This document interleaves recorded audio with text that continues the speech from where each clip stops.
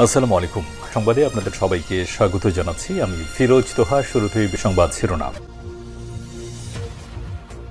বাংলাদেশের সর্বশেষ গুরুত্বপূর্ণ আপডেট সংবাদে আপনাকে স্বাগত। শুরুতে সংবাদ শিরোনাম, পরে বিস্তারিত। প্রথমে জানাবো, পাকিস্তানের ডেপুটি প্রধানমন্ত্রীর সঙ্গে বাণিজ্য ও সম্পর্ক উন্নয়নের বিষয়ে আলোচনা হয়েছে বলেন জামাত নেতা ডাক্তার তাহের। ঢাকায় সফররত পাকিস্তানের উপপ্রধানমন্ত্রী ও পররাষ্ট্রমন্ত্রী ইসহাক দারের সঙ্গে বৈঠক করেছে বাংলাদেশ জামাত ইসলাম। বিকেলে ঢাকার পাকিস্তান হাইকমিশনে ওই বৈঠক অনুষ্ঠিত হয়। পরে বৈঠকে আলোচনার বিষয়ে ব্রিফ করেন জামাতের নায়েবে আমির ডাক্তার সৈয়দ আবদুল্লাহ মোহাম্মদ তাহির। এরপর জানাবো, জাতীয় নির্বাচনের সবথেকে বড় চ্যালেঞ্জ আইনশৃঙ্খলা এবং এআই ভিডিও নিয়ন্ত্রণ করা।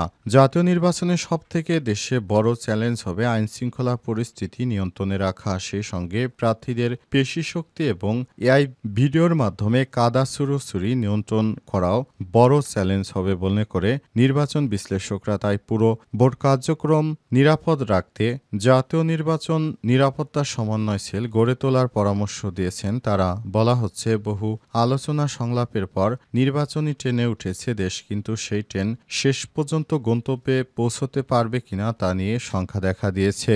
এদিকে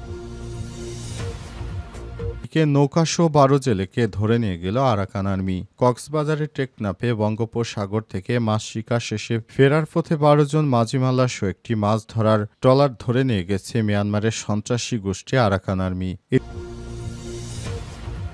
এদিকে পাকিস্তানের উপপ্রধানমন্ত্রীর সঙ্গে বৈঠকে বাংলাদেশের জনগণের চিন্তা তুলে ধরার চেষ্টা করেছি বলেন আক্তার হোসেন। ঢাকায় সফররত পাকিস্তানের উপপ্রধানমন্ত্রী ও পররাষ্ট্রমন্ত্রী ইসহাক দারের সঙ্গে জাতীয় নাগরিক পার্টি এনসিপির বৈঠক অনুষ্ঠিত হয়েছে।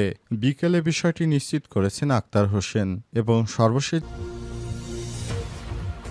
জানাবো, বুড়িগঙ্গায় ভাসছিল তরুণ তরুণীর লাশ, একজনের সঙ্গে বাঁধা ছিল আরেকজনের হাত। বুড়িগঙ্গা নদীতে ভাসমান অবস্থায় তরুণ তরুণীর মর্ধে উদ্ধার করেছে পুলিশ। আজ বুড়িগঙ্গা নদীর কেরানীগঞ্জ মডেল থানার মাদারীপুর ঘাট থেকে তাদের বরিশুর নৌ পুলিশ ফাঁড়ির সদস্যরা ভাসমান অবস্থায় তাদের মর্ধে উদ্ধার করে। জানা গেছে, মর্ধেহ দুটি উদ্ধারের সময় একজনের হাতের সঙ্গে আরেকজনের হাত বাঁধা অবস্থায় ছিল। তবে তাৎক্ষণিকভাবে নিহতের নাম পরিচয় এখনো জানাতে পারেনি পুলিশের সদস্যরা। অবস্থায় পুলিশের পক্ষ থেকে সব রকম চেষ্টা চালিয়ে যাওয়া হচ্ছে। প্রিয় দর্শক, এতক্ষণ শুনছিলেন সংবাদ শিরোনাম, এবারে বিস্তারিত। তবে তার আগে বন্ধুরা, অনুরোধ থাকবে সংবাদটিতে একটি লাইক দিন। এই চ্যানেলে আপনি নতুন হয়ে থাকলে আমাদের সংবাদটি দেখতে দেখতে চ্যানেলটি সাবস্ক্রাইব করে রাখুন। কমেন্ট করে বন্ধুরা আপনার মূল্যবান মতামত জানিয়ে দিন আপনি বিশ্বের কোন দেশ থেকে বা বাংলাদেশের কোন স্থান থেকে আমাদের সংবাদটি দেখছেন এবং শুনছেন। আর বন্ধুরা, এই সংবাদটি আপনার সোশ্যাল মিডিয়া ফেসবুকে শেয়ার করে বন্ধুদেরও দেখার সুযোগ করে দিন। এবারে বিস্তারিত। পাকিস্তানের ডেপুটি প্রধানমন্ত্রীর সঙ্গে বাণিজ্য ও সম্পর্ক উন্নয়নের বিষয়ে আলোচনা হয়েছে বললেন ডাক্তার তাহের। ঢাকায় সফররত পাকিস্তানের উপপ্রধানমন্ত্রী ও পররাষ্ট্রমন্ত্রী ইসহাক দারের সঙ্গে বৈঠক করেছে বাংলাদেশ জামাত ইসলাম। আজ ঢাকায় পাকিস্তান হাইকমিশনের ওই বৈঠক অনুষ্ঠিত হয়। পরে বৈঠকের আলোচ্য বিষয় ব্রিফ করেন জামাতের নায়েবে আমির ডাক্তার আবদুল্লাহ মোহাম্মদ তাহির। বৈঠকে আঞ্চলিক বাণিজ্য এবং পারস্পরিক সম্পর্ক বৃদ্ধির বিষয়ে আলোচনা কথা জানিয়ে তিনি বলেন, গত 15 বছরে বাংলাদেশের পররাষ্ট্র নীতি এক পেশে ছিল। আমরা মনে করি এশিয়া অঞ্চলের সব প্রতিবেশী দেশের সঙ্গে আমাদের সুসম্পর্ক থাকা দরকার। বৈঠকের বিষয় দুই পক্ষই জোর দিয়েছে। জামাতের এই নায়েবে আমির আরও বলেন, বাংলাদেশ সরকারের সঙ্গে আগামীকাল রোববার তাদের পাকিস্তানের দ্বিপক্ষীয় আলোচনা হবে। আমরা বলেছি যে সব অমীমাংসিত ইস্যু রয়েছে সেগুলো সুন্দর পরিবেশে দ্রুত যেন সেগুলো ঠিক করা যায়, এজন্য আমরা সব ধরনের প্রস্তুতি নিয়েছি বলেও জানিয়েছেন তারা। এর মধ্যে বৈঠকে মুসলিম রাষ্ট্রগুলোদের মধ্যে সম্পর্ক নিয়ে আলোচনা করা হয়েছে জানিয়ে ডাক্তার আবদুল্লাহ মোহাম্মদ তাহির আরও বলেন, সব মুসলিম রাষ্ট্রের সুসম্পর্কের মাধ্যমে আজকে বিশ্বে যে সব সমস্যা হচ্ছে সবগুলো মোকাবিলা করতে হবে। আগামী নির্বাচনে পাকিস্তানের পক্ষ থেকে সব রকমের সহযোগিতাও দেওয়া হবে। বাংলাদেশ যদি পাকিস্তানের কাছ থেকে কোনরূপ সহায়তা চায় সেটাও তারা দেওয়ার জন্য সর্বদাই প্রস্তুত রয়েছে বলে জানান তারা।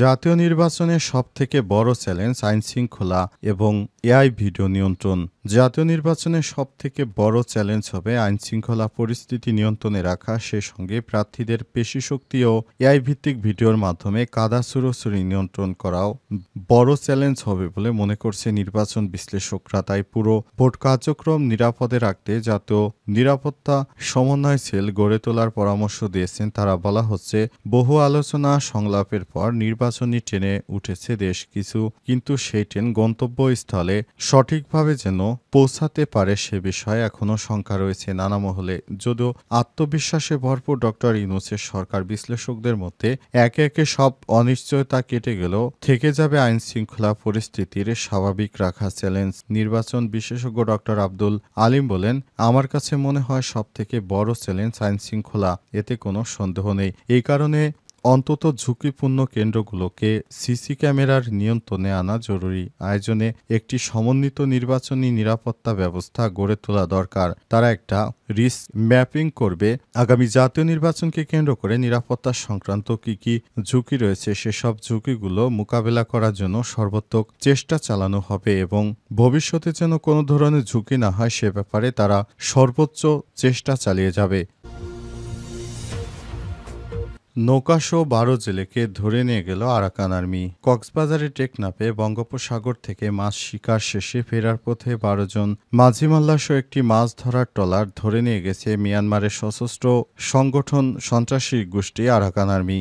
আজ দুপুরে এই ঘটনা ঘটে। স্থানীয়রা জানায়, শাহপরীর দ্বীপ ডেইলিপাড়া এলাকায় সুলতান মাঝির মালিকানাধীন ট্রলারটি টেকনাফ ব্যাটালিয়ন ২ বিজিবির আওতাধীন শাহপরীর বিওপি এলাকায় দায়িত্বপূর্ণ সীমান্ত চৌকি BRM-3 থেকে প্রায় ৬ কিলোমিটার দক্ষিণ পূর্বে মিয়ানমারের জলসীমার ভেতর থেকে আটক করা হয়। অপহরণকৃত জেলেরা হলেন মোহাম্মদ আলী আহমেদ ৩৯, মোহাম্মদ আমিন ৩৪, ফজল করিম ৫২, কেফায়েতুল্লাহ ৪০, সাইফুল ইসলাম ২৩, সাদ্দাম ৪০, রাসেল ২৩, সোয়াইব ২২, আরিফুল্লাহ ৩৫, মোহাম্মদ মোস্তাক ৩৫, নুরুল আমিন ৪৫, একজন রোহিঙ্গা শরণার্থী ক্যাম্পের বাসিন্দা। শাহপরীর দ্বীপ জেটিঘাট বোট মালিক সমিতির সভাপতি আব্দুল গফুর জানান, ফেরত আসা জেলেদের কাছ থেকে জানা যায় শাহপরীর দ্বীপের দক্ষিণে নাইখন্দিয়া নামক স্থানে আরাকান আর্মি ২টি স্পিড বোট যোগে এসে একটি মাছ ধরা ট্রলারসহ ১২ জন মাঝিমাল্লাদের আটক করে। পাশাপাশি আরও জানতে পারি এই ট্রলারটি শাহপরীর দ্বীপ ডেইলপাড়া এলাকার বাসিন্দা সুলতান মাঝির মালিকানাধীন ট্রলার। সর্বশেষ গত ১২ আগস্ট একই এলাকায় টেকনাফ সেন্ট মার্টিনের মাঝামাঝি বঙ্গোপসাগর তীরবর্তী এলাকার নাইখন দিয়া থেকে আরও ৫ জন জেলেকে আটক করেছে আরাকান আর্মি। পাকিস্তানের উপপ্রধানমন্ত্রীর সঙ্গে বৈঠকে বাংলাদেশের জনগণের চিন্তা তুলে ধরার চেষ্টা করেছি বললেন আক্তার। ঢাকায় সফররত পাকিস্তানের উপপ্রধানমন্ত্রী ও পররাষ্ট্রমন্ত্রী ইসহাক দারের সঙ্গে জাতীয় নাগরিক পার্টি এনসিপির বৈঠক অনুষ্ঠিত হয়েছে। শনিবার বিকেলে ঢাকার পাকিস্তান হাইকমিশনে ওই বৈঠক অনুষ্ঠিত হয়। পরে গণমাধ্যম কর্মীদের সঙ্গে কথা বলেন জাতীয় নাগরিক পার্টি এনসিপির সদস্য সচিব আক্তার হোসেন। এনসিপির ওই সদস্য সচিব বলেন, ইসহাক দারের সঙ্গে এনসিপির ৭ সদস্যের প্রতিনিধি দলের বৈঠক হয়েছে। পাকিস্তান দূতাবাস থেকে আমাদের দাওয়াত দেওয়া হয়েছিল। বাংলাদেশে জনগণের চিন্তা তুলে ধরার চেষ্টা করেছি। আগে যে শত্রুভাবাপন্ন সম্পর্ক ছিল সেখান থেকে উন্নতির সুযোগ এসেছে। সময় ৭১-এর ইস্যু অবশ্য ডিল করা উচিত বলেও মন্তব্য করেন তিনি। বৈঠকে আলোচনার বিষয় জানিয়ে আক্তার হোসেন বলেন, শিক্ষা, স্বাস্থ্য, যেসব বিষয় উন্নয়ন করা যায় সেসব বিষয়ে কথা হয়েছে। দক্ষিণ এশিয়ার দেশগুলোর মধ্যকার সম্পর্ক হবে ভ্রাতৃত্বের, কোনো হেজিমনি আধিপত্য থাকবে না। এর আগে শনিবার দুপুরে ৩ দিনের সরকারি সফরে ঢাকা আসেন পাকিস্তানের উপপ্রধানমন্ত্রী ও পররাষ্ট্রমন্ত্রী ইসহাক দার। বিশেষ ফ্লাইটে হজরত শাহজালাল আন্তর্জাতিক বিমানবন্দরে পৌঁছালে তাকে স্বাগত জানান পররাষ্ট্র সচিব আসাদ আলম সিয়াম। সফরকালে ইসহাক দার বাংলাদেশের পররাষ্ট্র উপদেষ্টা তৌহিদ হোসেন, প্রধান উপদেষ্টা ড মোহাম্মদ ইউনূস, বিএনপি চেয়ারপারসন খালেদা জিয়া সহ বিভিন্ন রাজনৈতিক দলের নেতাদের সঙ্গে বৈঠক করবেন বলে জানা গেছে। ইসহাক দারের এই সফর পাকিস্তানের সঙ্গে দ্বিপক্ষীয় সম্পর্ক উন্নয়ন, আঞ্চলিক সহযোগিতা ও সমসাময়িক আন্তর্জাতিক ইস্যু নিয়ে আলোচনায় আসতে পারে।